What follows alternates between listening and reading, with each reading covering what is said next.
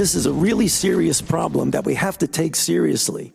I mean, people always say, well, the flu, the flu does this, the flu does that. The flu has a mortality of 0.1%. Sure. This has a mortality of 10 times that. All right, estimates on the mortality rate for this new coronavirus have ranged anywhere from below 1% to 3.4%, slightly higher than the seasonal flu. And as the New York Times points out, quote, even a disease with a relatively low death rate, that's the mortality rate, can take a huge toll if enormous numbers of people catch it. Here with us, Dr. Amish Adalja. He's an expert in emergency medicine and infectious diseases. The doctor is also a senior scholar with the Center for Health Security at Johns Hopkins University, Bloomberg School of Public Health. Dr. Adalja, thank you for being with us.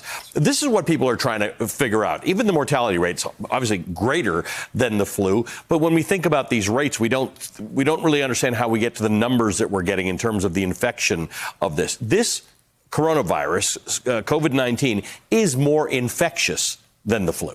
Definitely. It definitely seems to be spreading in a pattern that's similar to the flu, but it may be more infectious than the flu. And it's going to attack more people than the flu because we have no population immunity to this. So with the flu, there are antibodies that people develop from the vaccine, from prior infections. But this is a novel coronavirus, and it will attack a large amount of the population. Maybe 50% or more will get sick with this because it's totally new. You and I were talking in the break about viral load.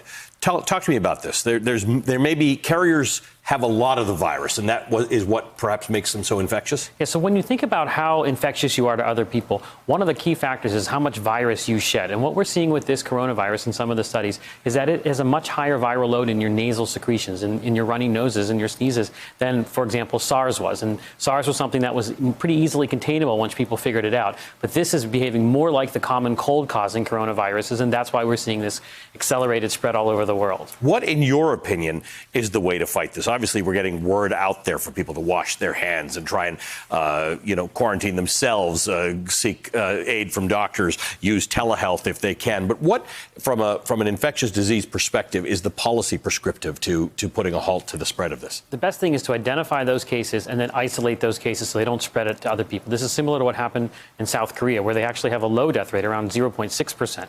That's the best way to do that. If you allow people to be out there mingling with this, you're going to spread it, and it's going to get into people that are high risk, and then you're going to have higher mortality rates. This is something that's going to be hard to contain. It's not containable through travel bans or airport screening or quarantines. This is something where we really have to find the cases, isolate them. Right.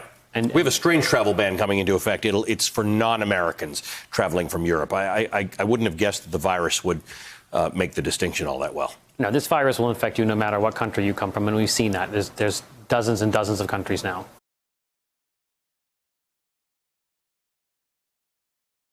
Hey there, I'm Chris Hayes from MSNBC. Thanks for watching MSNBC on YouTube. If you want to keep up to date with the videos we're putting out, you can click subscribe just below me, or click over on this list to see lots of other great videos.